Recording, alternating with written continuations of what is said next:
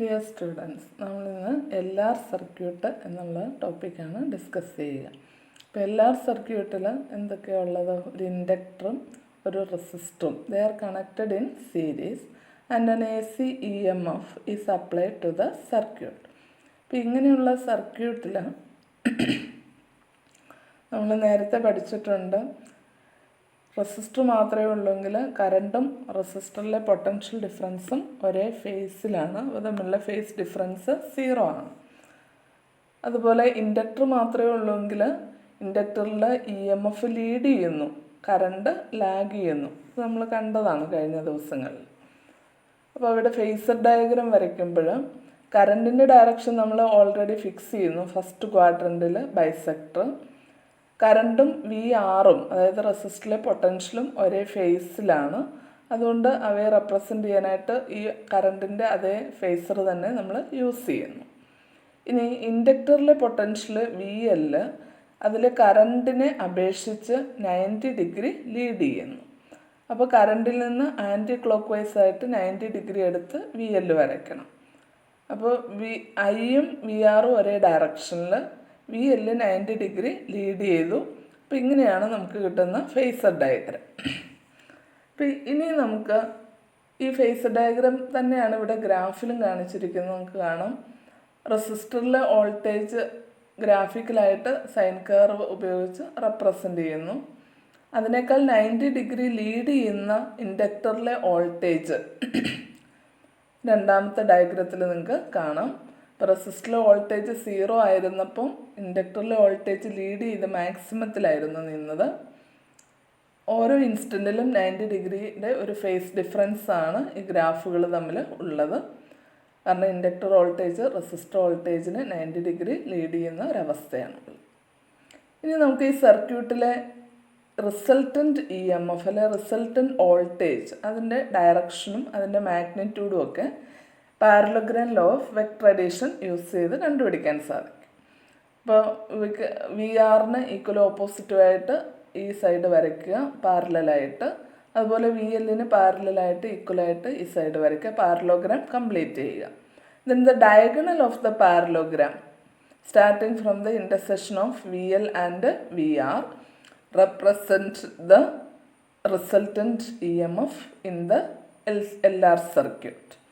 അപ്പോൾ ആ റിസൾട്ടൻ്റ് വോൾട്ടേജിൻ്റെ ഡയറക്ഷനാണ് ഈ ഡയഗണൽ റെപ്രസെൻ്റ് ചെയ്യുക. അതുപോലെ ഈ റിസൾട്ടൻ്റ് വോൾട്ടേജിൻ്റെ മാഗ്നിറ്റ്യൂഡിനുള്ള ഇക്വേഷൻ എന്താ?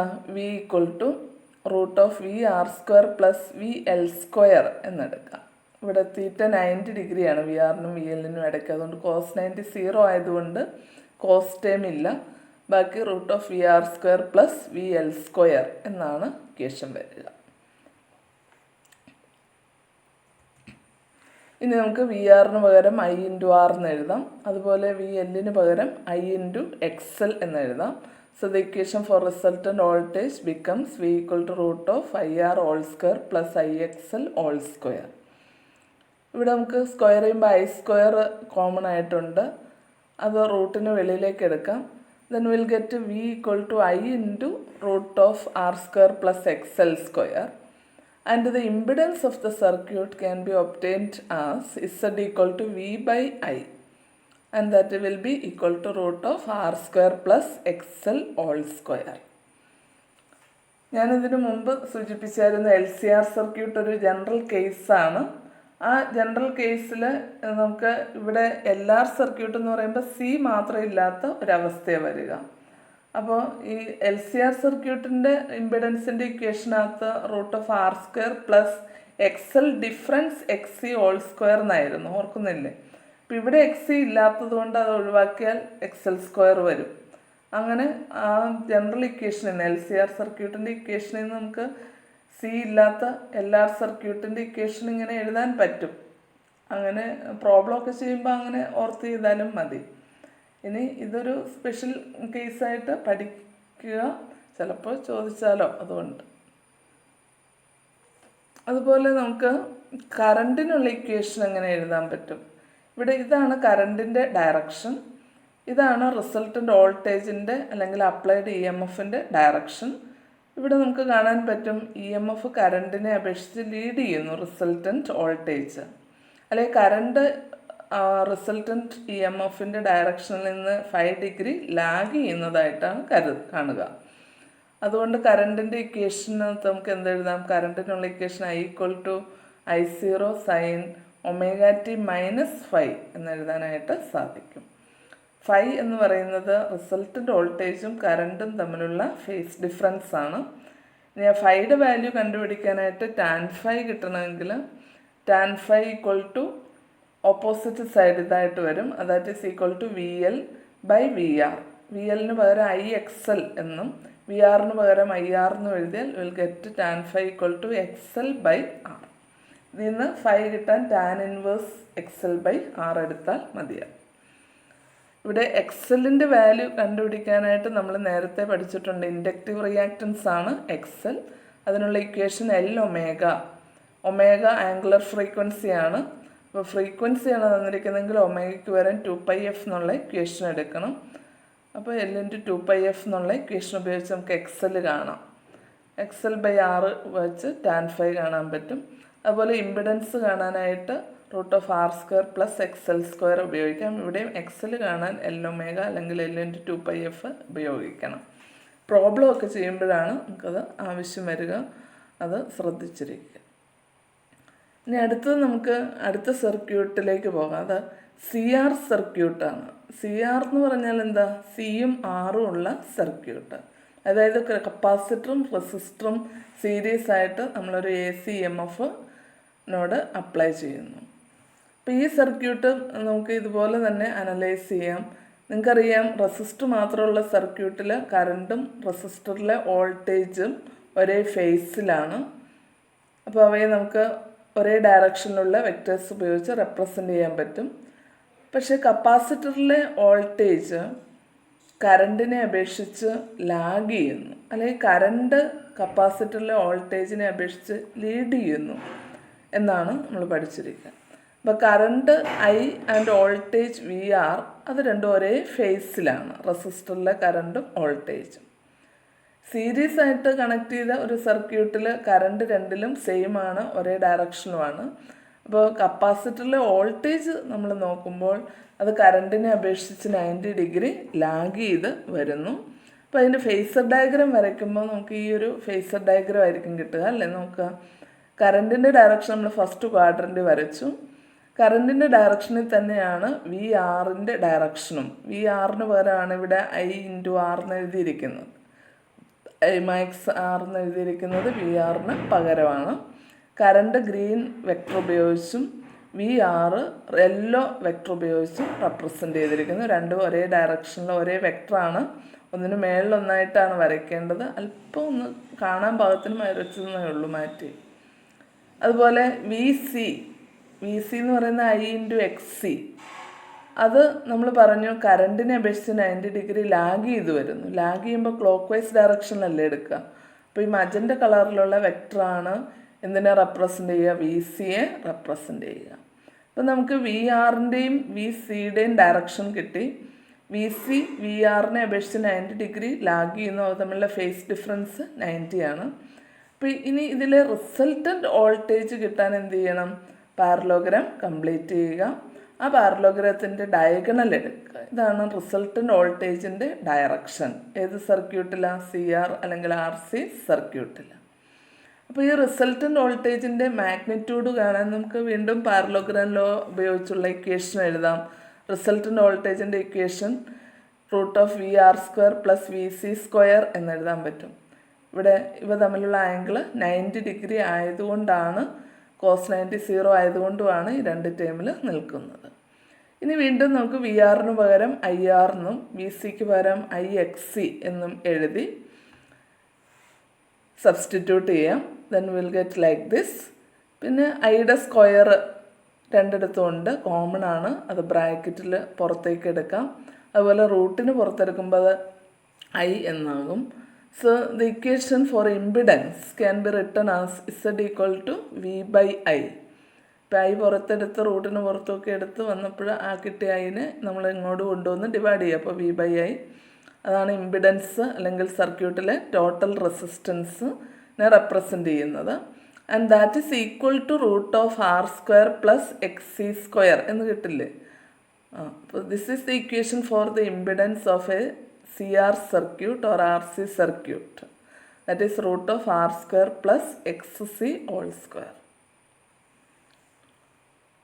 അതുപോലെ കറണ്ടിൻ്റെ ഇക്വേഷൻ എന്തായിരിക്കും? ഇവിടെ നിങ്ങൾക്ക് കാണാൻ പറ്റും റിസൾട്ടൻ്റ് വോൾട്ടേജിൻ്റെ ഡയറക്ഷൻ ഇതാണ്. അതായത് അപ്ലൈഡ് ഇ എം എഫ് തന്നെയാണ് റിസൾട്ടൻ്റ് വോൾട്ടേജ്. അപ്പോൾ അപ്ലൈഡ് ഇ എം എഫിൻ്റെ ഡയറക്ഷൻ ഇതാണ്. അതിനെ അപേക്ഷിച്ച് കറണ്ട് എന്ത് ചെയ്യുന്നു? ലീഡ് ചെയ്യുന്നു. ഒരു 5 ഡിഗ്രി ലീഡ് ചെയ്യുന്നതായിട്ട് നമുക്ക് കാണാൻ സാധിക്കും. അപ്പോൾ നമ്മൾ കറണ്ടിൻ്റെ ഇക്വേഷൻ എങ്ങനെ എഴുതുക? ഇ എം എഫിൻ്റെ equation E0 sine omega T ആണെങ്കിൽ അതിനെ അപേക്ഷിച്ച് ഫേസിൽ ഒരു 90 ഡിഗ്രി ലീഡ് ഉള്ളപ്പോൾ കറണ്ടിൻ്റെ equation I = I0 sine omega T plus 5 എന്നാവും. അതുപോലെ ഈ 5 വാല്യൂ കാണാൻ നമുക്ക് tan phi എടുക്കാം. tan phi = opposite side by adjacent side എന്നല്ലേ. അപ്പോൾ ഓപ്പോസിറ്റ് സൈഡ് ഇവിടെ ഫൈ എന്ന് പറയുന്ന ഈ ആംഗിളാണ് കറണ്ടോ ഇ എം എഫും തമ്മിലുള്ള ആ ഒരു ഫേസ് ഡിഫറൻസ് ആണ്. അപ്പോൾ tan phi = ഓപ്പോസിറ്റ് സൈഡ് എന്ന് പറയുന്നത് ഇത് വരും. ദാറ്റ് ഈസ് വി സിക്ക് തുല്യമാണ് ബൈ വി ആർ. വി സിക്ക് പകരം നമുക്ക് IXC എന്ന് എഴുതാം, വി ആറിന് പകരം IR എന്ന് എഴുതാം. So it is XC by R. ഇവിടെ XCയുടെ വാല്യൂ നമ്മൾ നേരത്തെ പഠിച്ചിട്ടുണ്ട്. It is called capacitive reactance. അത് കാൽക്കുലേറ്റ് ചെയ്യാനുള്ള ഇക്വേഷനാണ് 1/C ഒമേഗ. ഒമേഗയ്ക്ക് പകരം 2πf കൊടുത്താൽ X = 1/2πfc എന്ന് എഴുതാം. And capacitive reactance is inversely proportional to frequency. അപ്പോൾ പ്രോബ്ലം ഒക്കെ വരുമ്പോൾ നമുക്ക് ഈ XC കാണാനായിട്ട് ഈ ഇക്വേഷൻസ് വേണം യൂസ് ചെയ്യാൻ. അത് കാൽക്കുലേറ്റ് ചെയ്തിട്ട് വേണം നമ്മുടെ ഇമ്പിഡൻസ് ഒക്കെ കാണണമെങ്കിൽ ആ ഇക്വേഷനകത്ത് കൊടുക്കാൻ.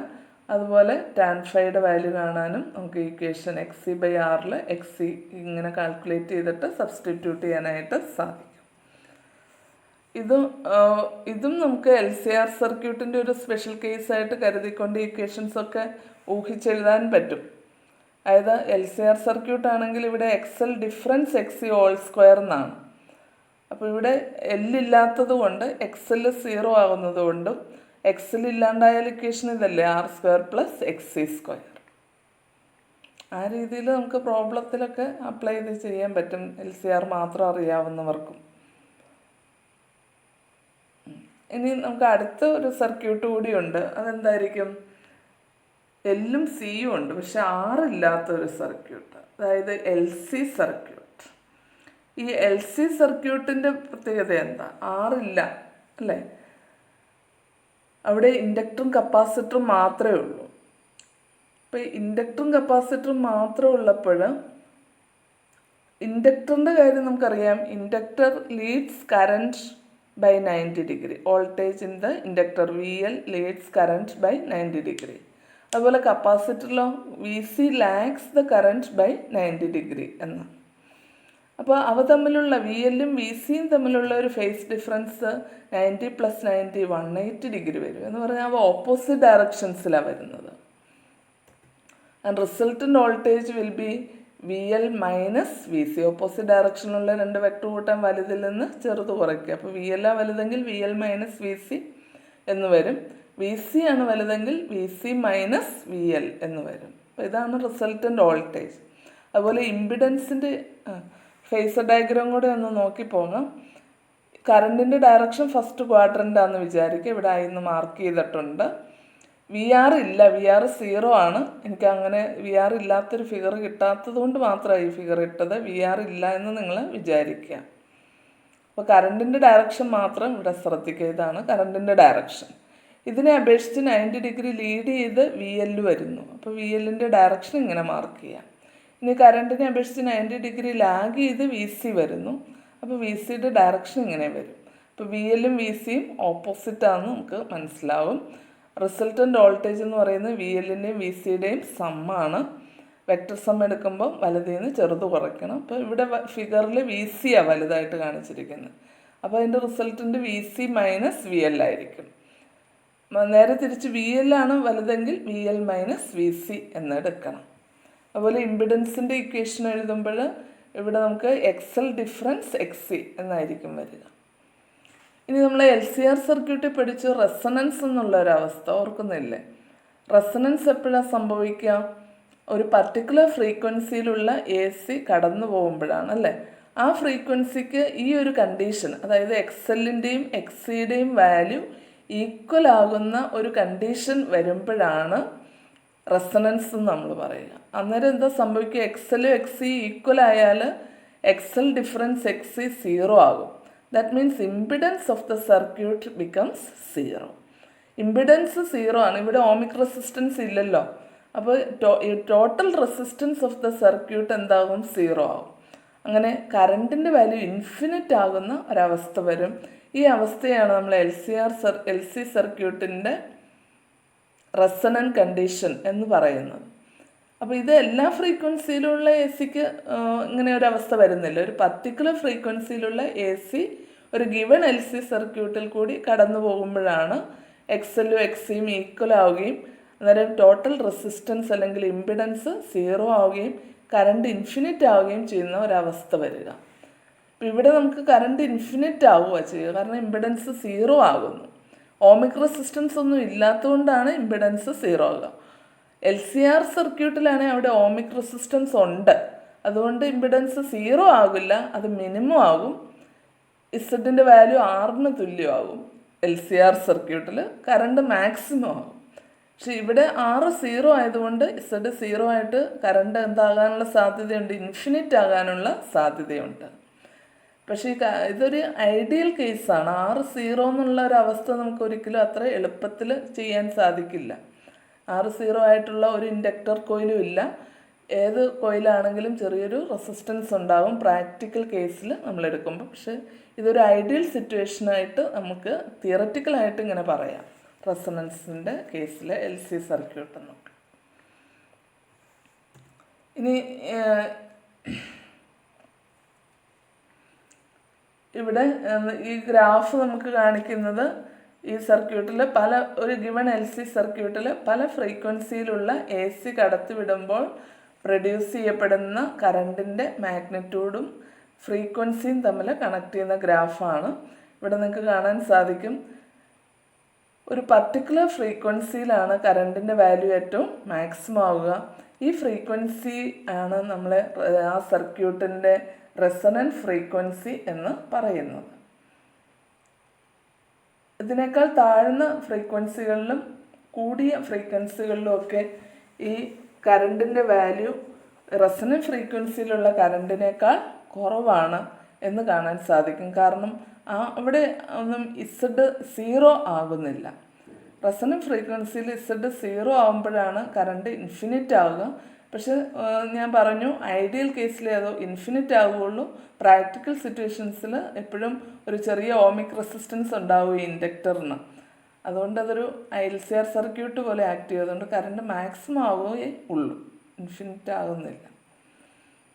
അതുകൊണ്ടാണ് ഇവിടെ 20 മില്ലി ആംപിയർ മാക്സിമം എന്ന് കാണിച്ചിരിക്കുന്നത്. ഇനി ഫ്രീക്വൻസി റെസണൻറ്റ് ഫ്രീക്വൻസിയിൽ നിന്ന് ഡിഫറൻസ് കൂടുന്തോറും കറണ്ടിൻ്റെ അളവ് പെട്ടെന്ന് കുറയുന്നതായിട്ട് 2 ഡയറക്ഷനിലും നമുക്ക് കാണാനായിട്ട് സാധിക്കുകയും ചെയ്യും. അതുപോലെ ഞാൻ ആദ്യം പറഞ്ഞു ഇമ്പിഡൻസ് 0 ആവുകയും കറണ്ട് ഇൻഫിനിറ്റ് ആവുകയും ചെയ്യുന്ന ഒരു അവസ്ഥ ഈ സർക്യൂട്ടിൽ ഉണ്ടാകുന്ന ഒരു പർട്ടിക്കുലർ ഫ്രീക്വൻസിയിൽ മാത്രമേ ഉള്ളൂ എന്ന്. ആ ഫ്രീക്വൻസിയാണ് നമ്മൾ എന്ത് വിളിക്കുക? റെസണൻറ്റ് ഫ്രീക്വൻസി എന്ന് പറയുന്നത്. അപ്പോൾ ആ റെസണൻറ്റ് ഫ്രീക്വൻസിയിലാണ് നമ്മൾ കണ്ടില്ലേ കറണ്ട് മാക്സിമം ആവുന്നത്. ആ ഒരു AC കടന്നു പോകുമ്പോൾ മാത്രമേ കറണ്ട് മാക്സിമം ആവുകയുള്ളൂ. അപ്പോൾ ഈ ഫ്രീക്വൻസിക്കുള്ള ഇക്വേഷൻ നമുക്ക് കിട്ടാൻ ഈ റെസണൻസിനുള്ള കണ്ടീഷൻ നമുക്ക് അപ്ലൈ ചെയ്യാം. XL = XC എന്നുള്ള കണ്ടീഷനിലാണ് റെസണൻസ് ഉണ്ടാവുക. XL കാണാനുള്ള ഇക്വേഷൻ Lω ആണ്, XC കാണാൻ 1/C ω. അപ്പോൾ XL = XC means Lω = 1/C ω. ഇത് ക്രോസ് മൾട്ടിപ്ലൈ ചെയ്യുമ്പോൾ വിൽ ഗെറ്റ് ω² LC = 1. അതിൽ നിന്ന് ω² പകരം 1/LC എന്നെഴുതാം. ω² മാത്രം ഇവിടെ നിർത്തുക, LC താഴേക്കുണ്ട്. അപ്പോൾ ω² = 1/LC എന്നും ω = 1/√LC എന്നും കിട്ടും. ഇനി ഒമേഗയ്ക്ക് പകരം 2πf കൊടുക്കുക. അതിൽ നിന്ന് ഫ്രീക്വൻസിക്കുള്ള ഇക്വേഷൻ F = 1/2π√LC എന്നെഴുതാനായിട്ടും സാധിക്കും. ഇതാണ് റെസണൻറ്റ് ഫ്രീക്വൻസിക്കുള്ള ഇക്വേഷൻ. LCR സർക്യൂട്ടിൽ നമ്മൾ യൂസ് ചെയ്യുന്ന അതേ ഇക്വേഷൻ തന്നെയാണ് ഇവിടെയും വരുന്നത്. അപ്പോൾ ഇതുകൊണ്ട് എല്ലാ സർക്യൂട്ടുകളും നമ്മൾ അനലൈസ് ചെയ്തു. ഓരോ സർക്യൂട്ടിനെയും ഫേസർ ഡയഗ്രാം വരയ്ക്കാനും അതിൽ നിന്ന് ഇമ്പിഡൻസിനുള്ള ഇക്വേഷൻ ഡിറൈവ് ചെയ്യാനും പിന്നെ അതിൽ നിന്ന് കറണ്ടിൻ്റെ ഇക്വേഷൻ എഴുതാനും ഫേസ് ഡിഫറൻസിൻ്റെ ഇക്വേഷൻ എഴുതാനും ഒക്കെ നിങ്ങൾ പഠിക്കണം. അതുകൂടാതെ ഈ റെസൊണൻസ് എന്നുള്ള കണ്ടീഷൻ അത് LC സർക്യൂട്ടിലും LCR സർക്യൂട്ടിലുമാണ് ഉള്ളത്. അതും കൃത്യമായിട്ട് പഠിക്കുക. റെസൊണൻസ് ഫ്രീക്വൻസിക്കുള്ള ഇക്വേഷൻസ് ഡിറൈവ് ചെയ്യാൻ പഠിക്കണം. അത് ഇടയ്ക്ക് വരാവുന്നൊരു ക്വസ്റ്റ്യനാണ്. ഈ LCR സർക്യൂട്ടിൻ്റെ ഫേസർ ഡയഗ്രാം വരച്ച് അതിൻ്റെ ഇക്വേഷൻസൊക്കെ ഡിറൈവ് ചെയ്യാനുള്ളതാണ് ഇതിനകത്ത് എപ്പോഴും ചോദിക്കുന്ന ഒരു ക്വസ്റ്റ്യനായിട്ട് കാണുന്നത്. പിന്നെ പ്രോബ്ലംസ് വരാറുണ്ട് ഇതിൽ നിന്ന്. അതുകൊണ്ട് പ്രോബ്ലംസ് നമ്മൾ നല്ലതുപോലെ ചെയ്ത് പഠിക്കണം. Thank you.